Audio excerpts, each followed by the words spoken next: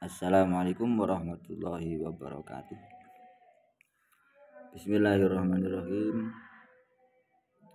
Di sini kita akan melanjutkan lagi pembahasan Fathul Qorib pada pasal berikutnya. Di sini kita akan membahas pasal penggunaan bejana, bejana yang boleh dan yang tidak boleh. Bismillahirrahmanirrahim. Faslun fi bayani ma yahrumu isti'maluhu minal awani wa ma yajuzu. Pasal menjelaskan tentang wadah-wadah atau bejana-bejana yang haram digunakan dan yang boleh digunakan. Yang dimaksud bejana di sini nanti bukan harus wadah ya. Di sini menggunakan kata-kata bejana awani atau inak ya. Ini karena hadisnya itu yang menjelaskan tentang bejana, tapi hukumnya menyeluruh pada apa saja yang mengandung emas dan perak ya. Karena hadisnya Kanjeng Nabi itu menghukumi bejana, bahasanya pakainya bejana kayak piring gitu kan. Jadi kita tafaulan dengan hadisnya. Tapi secara hukum tidak hanya pada bejana, semuanya apa saja termasuk tusuk gigi itu juga masuk di awani, padahal kan bukan wadah ya. Sekarang kita bahas. Wa bada'a bil awali faqala wala yajuzu fi ghairi daruratin li rajulin aw imra'atin isti'malu syai'in min awanidz zahabi wal fiddati la fi aklin wala fi syurbin wala ghairihima. Ya musannaf memulai yang pertama. Yang pertama adalah ma yahrumu ya. Yang haram digunakan. Maka beliau berkata, tidak diperbolehkan di dalam selain kondisi darurat bagi laki-laki atau perempuan untuk menggunakan sesuatu dari bejana-bejana yang terbuat dari emas dan perak. Lafi aklin walafi syurbin wala ghairihima. Tidak boleh baik untuk makan, untuk minum, dan tidak boleh juga untuk selain makan dan minum. Mohon maaf agak batuk. Di sini dikatakan selain kondisi darurat, berarti kondisi normal ya. Tidak darurat. Kondisi darurat itu kondisi sangat parah ya. Kalau dalam kaidah fikih dikatakan darurat adalah sampainya seseorang pada kondisi di mana dia harus menggunakan perkara yang tidak diperbolehkan itu. Kalau seandainya dia tidak menggunakannya, maka dia akan mati atau dia akan kehilangan sebagian fungsi dari anggota tubuhnya, atau mendekatilah, tidak sampai mati, tidak sampai kehilangan fungsi anggota tubuh, misal tangannya jimpe ya, tidak sampai, tapi hampir gitu ya. Sangat kesusahan, kerepotan, maka itu dinamakan darurat. Lanjut. Wa kama yahrumu isti'malu ma dzukira yahrumu ittikhadhuhu min ghairi isti'malin fil ashahi. Sebagaimana haram menggunakan bejana-bejana yang telah disebutkan tadi, haram juga menyimpannya tanpa menggunakan menurut qaul ashah. Menurut qaul ashah, menyimpannya tidak menggunakan itu haram ya. Tapi menurut Muqabil ashah tidak haram. Apa benar begitu? Kita lihat Muqabil ashahnya itu, lawan dari qaul ashahnya haram apa enggak. Ini min ghairi istimalin fil ashahi li anna ittikhadhahu yajuru ila istimalihi hadza li ghairi tijaratin. alasan kaul asoh itu karena menyimpannya itu nanti ujung-ujungnya lama-lama akan memakai, simpan yo gak enak juga ya, lama-lama akan memakai, makanya dihukumi haram. Ini selain menyimpan untuk berdagang ya, kalau menyimpan untuk berdagang ya nggak haram lah. Misal dia pedagang emas, kalau pedagang emas kan masa emasnya dipakai semua, enggak lah, mestinya kan disimpan. Kalau dipakai ya pembelinya nggak mau. Disimpan untuk berdagang ini beda, nggak apa-apa. Ini disimpan bukan untuk berdagang, ini yang menyimpan yang haram ini menurut Qalasoh. Terus wa yahrumu aidan al ina'u al matliyu idzahabin au fiddatin in hasala minat tilai syai'un fi ardihi 'alan nari. Haram juga menggunakan wadah yang disepuhkan dengan menggunakan emas atau perak. Disepuh dengan menggunakan emas atau perak. Jika memang dari sepuhan tersebut bisa menghasilkan sesuatu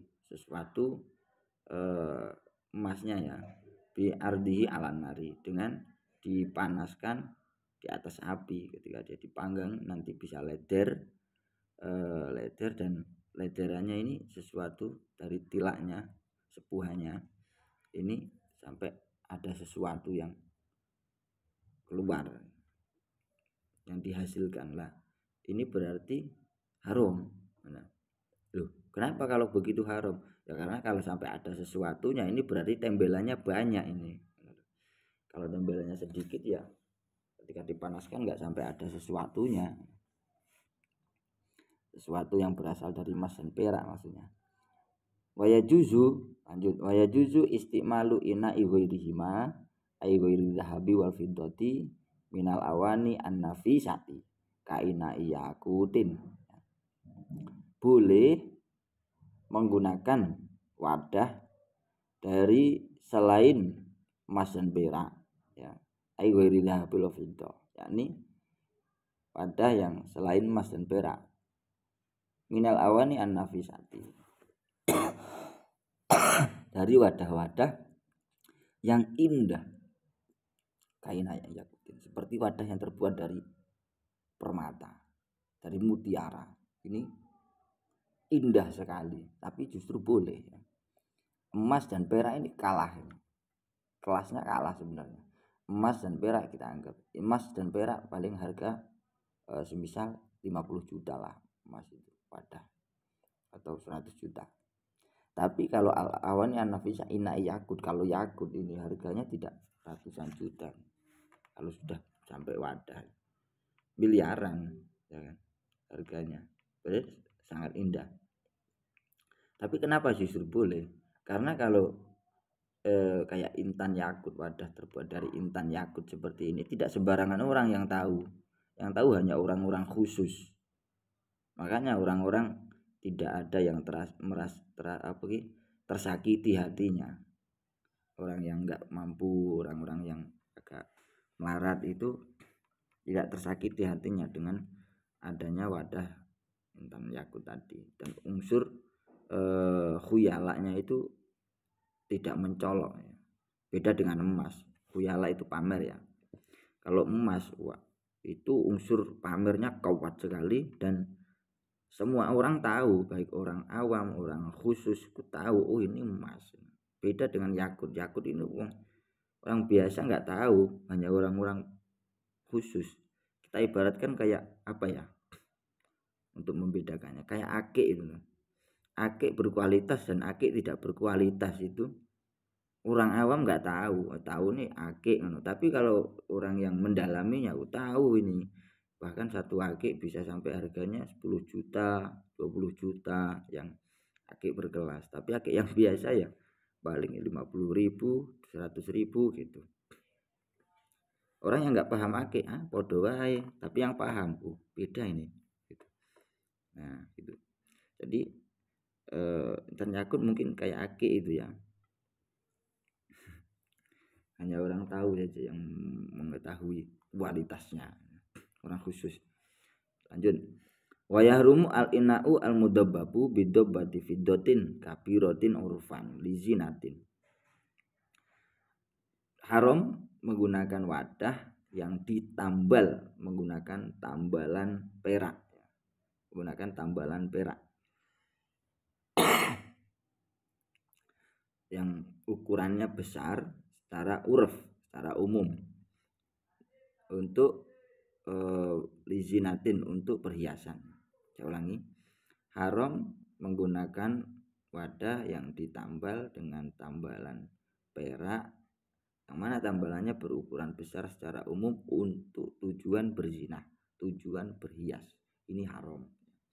Tambalannya besar, terus untuk berhias, untuk hiasan, haram. Fa in kanat kabiratan li hajatin jaza ma'al karohati. Apabila tambalan besar tapi memang ada butuh hajat, maka boleh bersamaan hukum makruh ya. Au saghiratan urfan li zinatin kurihat. Atau tambalannya kecil secara umum untuk untuk perhiasan, maka dimakruhkan ya. Kecil untuk perhiasan makruh, besar hajat makruh. Au li hajatin fala tukrahu. Atau ukuran kecil karena ada butuh, karena ada hajat, maka tidak dimakruhkan, enggak makruh. Amma dobbatu dhahabi fatahrumu mutlakon kama sohahahu an-Nawawi. Adapun tambalan dari emas, maka hukumnya haram secara mutlak. Sebagaimana yang telah disohihkan oleh Imam Nawawi. Kalau tambalannya emas haram mutlak ya, baik sedikit banyak karena hajat atau zina, ini haram semuanya, bahkan yang membuat juga haram. Nah sekarang kenapa kalau emas itu haram mutlak, tapi kalau perak itu diperinci hukumnya tidak haram mutlak ya, karena unsur pamer yang ada pada emas itu lebih kuat dibandingkan perak. Terus kemudian perlu juga di sini kami jelaskan hajat ya. Tadi darurat sudah kami jelaskan. Sekarang hajat. Hajat itu seperti apa? Hajat itu di bawahnya darurat. Dia harus mendapatkan perkara itu. Kalau tidak mendapatkannya enggak sampai hampir mati, enggak sampai ya. Cuman ya repot, kesusahan. Makanya itu hajat. Kalau zina itu ya cuman untuk pameran saja, untuk hiasan, bukan enggak ada kebutuhan, cuman untuk hiasan saja. Ibaratnya apa ya? Candelan dinding ditaruh di lemari apa gimana gitu.